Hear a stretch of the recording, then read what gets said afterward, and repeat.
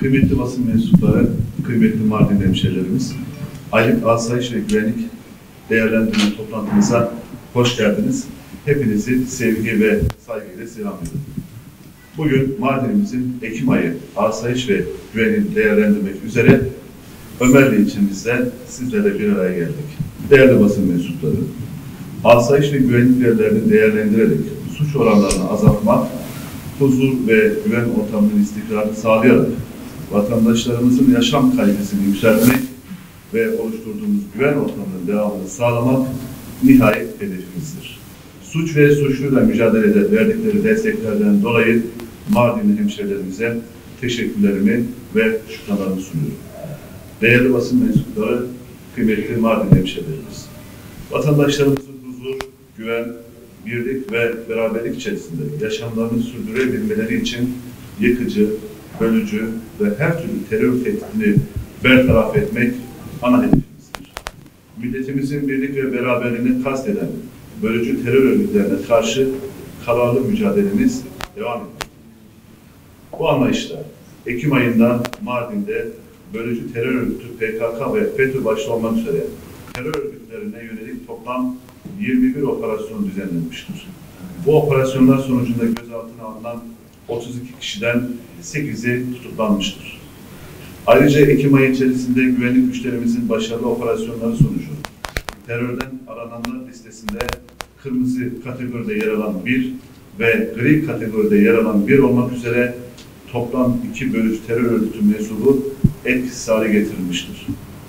Terörle mücadele ile birlikte organize suç çetelerine yönelik operasyonlarımız da kararlılıkla devam etmektedir. Bu kapsamda elimizde 6 operasyon düzenlenmiş, 7 kişi hakkında yasal işlem yapılmıştır. İlimiz genelinde yapılan terör, asayiş, organize suçlar ile huzur ve güven uygulamalarında 3 adet uzun namlulu silah, 69 adet ruhsatsız tabanca ve 633 muhtelif mühimmat ele geçirilmiştir. Değerli basın mensupları, kıymetli Mardin hemşehrilerimiz, ülkemizin güvenliği, huzur ortamının devamı için düzensiz göçle mücadele devam etmektedir. İl Göç İdaresi Müdürlüğümüz bünyesinde kurulan mobil göç aracımız, düzensiz göçle mücadelede faaliyetleri kapsamında Mardin ve ilçemizde farklı lokasyonlarda faaliyetlerini sürdürmektedir. Suriye sınır hattında yer alan ilimizde ülkemize yasa dışı yollarla geçmeye çalışan şahıslara yönelik çalışmalar devam etmektedir.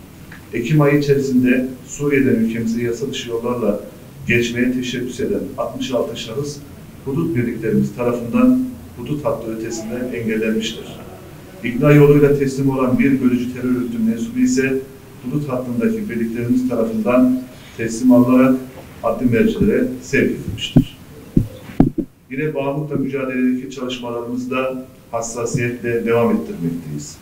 Bir taraftan kolluk kuvvetlerimiz ilimize uyuşturucu madde girişini engellerken, diğer taraftan uyuşturucu madde kullanımının önlenmesi ve vatandaşlarımıza yönelik bilinçlendirme faaliyetlerini de sürdürmekteyiz. Narkotik suçlarla mücadele kapsamında elimizde Ekim ayı içerisinde toplam 134 operasyon düzenlenmiş, 165 kişiye işlem yapılmış, operasyonlar kapsamında 29 kişi gözaltına alınmış, 23 kişi de tutuklanmıştır. Ayrıca şunu da ifade etmek istiyorum. Güvenlik kuvvetlerimiz bir yandan uyuşturucu ve bağımlılık ile sahada mücadele ederken, diğer yandan da eğitim ve bilgilendirme çalışmalarımızı aralıksız bir şekilde sürdürmekteyiz. İçerikçilikle mücadelede ve huzur operasyonları kapsamında elimizde Ekim ayı içerisinde 136 operasyon düzenlenmiş olup bu operasyonlar kapsamında 183 kişi hakkında yasal işlem yapılmıştır. Huzur ve güven kapsamında yapılan tüm uygulamalarda aranan toplam 581 kişi ilimizde güvenlik güçlerimiz tarafından yakalanmış ve adli mercilere teslim edilmiştir. Ayrıca terör, ödeme sistemleri ve bilişim suçlarıyla mücadele, yasa dışı bahis ve kumarla mücadele, çevrim içi çocuk müstehcenliği ve tacizi ile birlikte suç gerileriyle mücadele başta olmak üzere ilimiz genelinde siber suçlar kapsamında 3 operasyon yapılmış, bu operasyonlarda gözaltına alınan 17 kişiden 6'sı tutuklanmıştır. Yine bilindiği üzere trafik kazalarının başlıca nedenleri arasında aşırı hız ilk sırada gelmektedir. Yaralanma ve ölümlü trafik kazalarını en aza indirmek konusunda trafik kurallarına uyulması hayati önem taşımaktadır. Bu amaçla aşırı hız, alkollü araç kullanımı, sürüş sırasında cep telefonu kullanarak sürücünün dikkatinin dağılması, kırmızı ışık ihlalleri, trafik işaret ve işaretçilerine uyulmaması, emniyet kemerlerinin kullanılmaması maalesef acı sonuçlara neden olmaktadır. Trafik denetimleri kapsamında polisimiz ve jandarmamız tarafından Ekim ayında 3035'i okul serisi olmak üzere 135.020 araç denetlenmiştir. Sizlerin aracılığıyla tüm vatandaşlarımızdan trafik kurallarına uyulması konusunda hassasiyet göstermelerini bir kez daha önemli rica ediyoruz.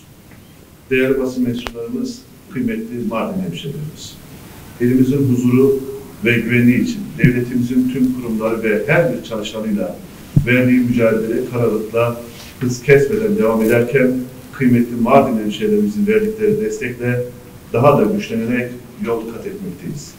Elimizde teröre, onların işbirlikçilerine, zehir tacirlerine ve organize suç örgütlerine her alanda dijital mecralarda gerekli toplumsal mecrada faaliyetlerine müsaade edilmemiş ve edilmeyecektir. Bu amaçla gayret ve fedakarlıkla çalışan emniyet ve jandarma birimlerimize, tüm güvenlik kuvvetlerimize, düzensiz göçle mücadele kapsamında çalışan göç idaresi personellerimize ve şehrimize hizmet veren, emek veren tüm görevlerimize Mardinler adına teşekkür ederim.